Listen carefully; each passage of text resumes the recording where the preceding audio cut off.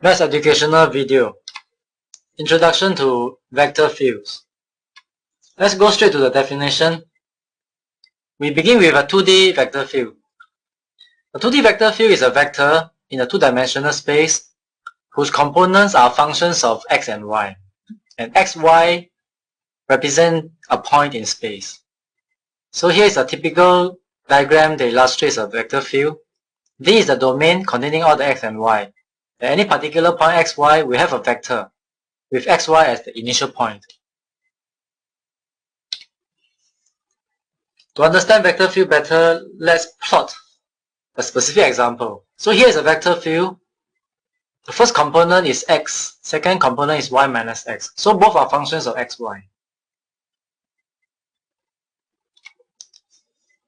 Suppose we look at one point whose coordinates are 3, 0. We will substitute x equals to 3, y equals to 0 into f, the definition of f. We will then get the vector 3 and minus 3. So this vector is 3i minus 3j at this particular point, 3, 0. We try another point, minus 2, 1. So in this case, the value of the vector f will be minus 2i plus 3j.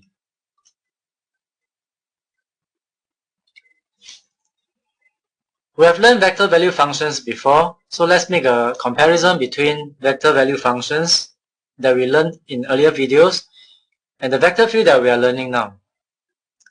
Vector value functions represent points, so they are what we call position vectors. The vector field we are doing here actually represent forces. We can extend the definition of vector fields to 3D easily. All we have to do is to increase one dimension more. And again, a comparison between vector value functions and vector fields. Vector value functions in 3D is either a curve with one unknown t, or if you can remember, in two unknowns uv, that will be a surface. Both represent points, so both are position vectors. But as we know by now, vector fields represent forces.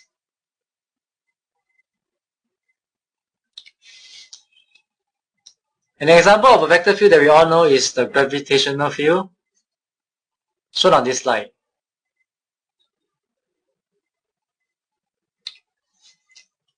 Another example of a vector field, a very important one, is what we call a gradient field or gradient vector. This is something we have seen before when we compute directional derivatives. A gradient field is a vector that depends on a scalar function f, and its components are all first order partial derivatives of f.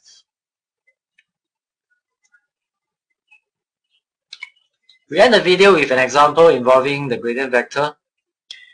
We are given the gradient vector with an unknown k, and our job is to find k. The first step is to use the definition to form two equations. The first component is df dx, second component is df dy. And keep in mind, our job is to find k. We have to find something in common so that we can make a comparison and find k. So we have to invoke this famous theorem we learned before, the mixed derivative theorem. So we will differentiate df dx with respect to y, df dy with respect to x, and equate them. And now by comparing the terms, we can get 2k equals to 6, and hence k equals to 3.